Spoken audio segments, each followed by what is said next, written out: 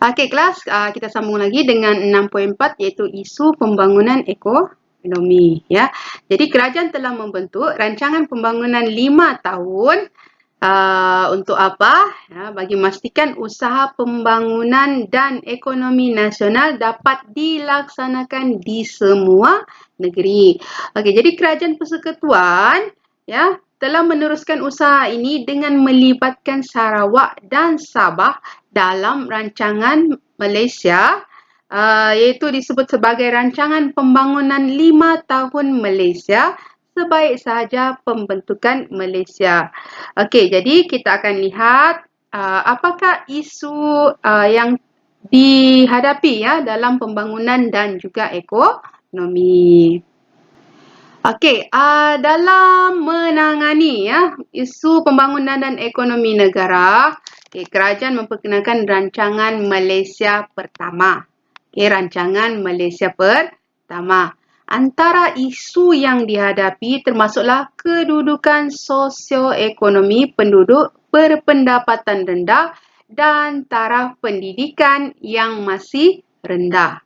Jadi pelbagai usaha dilaksanakan oleh kerajaan bagi meningkatkan taraf hidup ekonomi rakyat melalui rancangan ini. Jadi kita lihat isu pembangunan ekonomi yang pertama.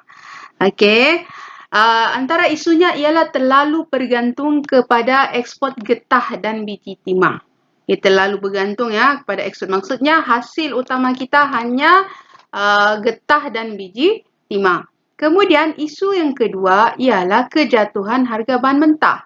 Ya, kejatuhan harga bahan mentah. Jadi penduduk yang terlibat dalam bidang pertanian masih ketinggalan terutamanya dalam penggunaan teknologi dan juga peralatan. Petani juga masih merupakan golongan berpendapatan rendah. Ya, dan pertanian komersial lain masih kurang diusahakan oleh petani ya.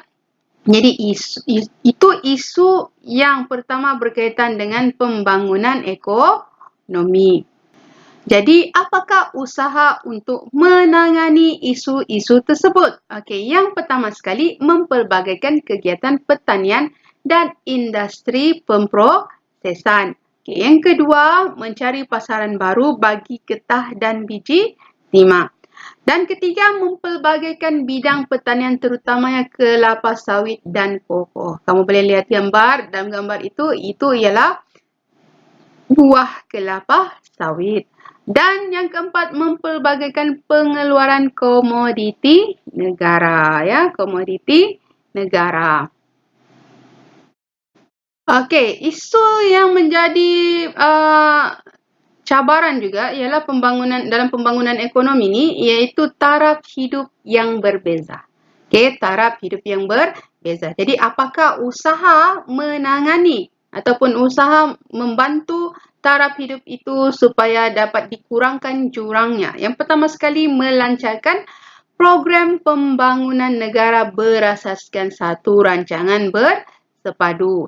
Kemudian yang kedua, menggerakkan aktiviti perkilangan dan pembuatan negara dengan membuka kawasan baharu. Yang ketiga, mempercepatkan integrasi dalam kalangan penduduk dan negeri di Malaysia. Dan yang terakhir, mendapatkan bantuan Bank Dunia. Itu adalah cara menangani isu taraf hidup berbeza. Seterusnya isu peluang pekerjaan yang terhad dan kadar pengangguran yang meningkat. Jadi apakah usaha menangani? Menubuhkan pusat latihan vokasional dan teknikal dan juga meluaskan peluang pekerjaan kepada penduduk. Dan seterusnya isu yang agak kritikal juga iaitu masalah kesihatan dan sosial.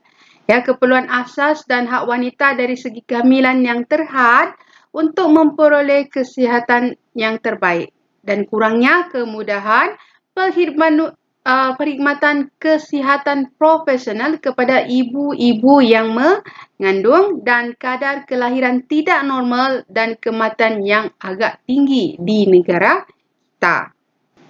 Jadi, apakah langkah untuk mengatasi masalah kesihatan itu? Iaitu yang pertama sekali, mengurangkan kadar kelahiran. Yang kedua, memperkenalkan program perancang keluarga. Dan yang ketiga, menambah baik perkhidmatan kesihatan di kawasan luar bandar.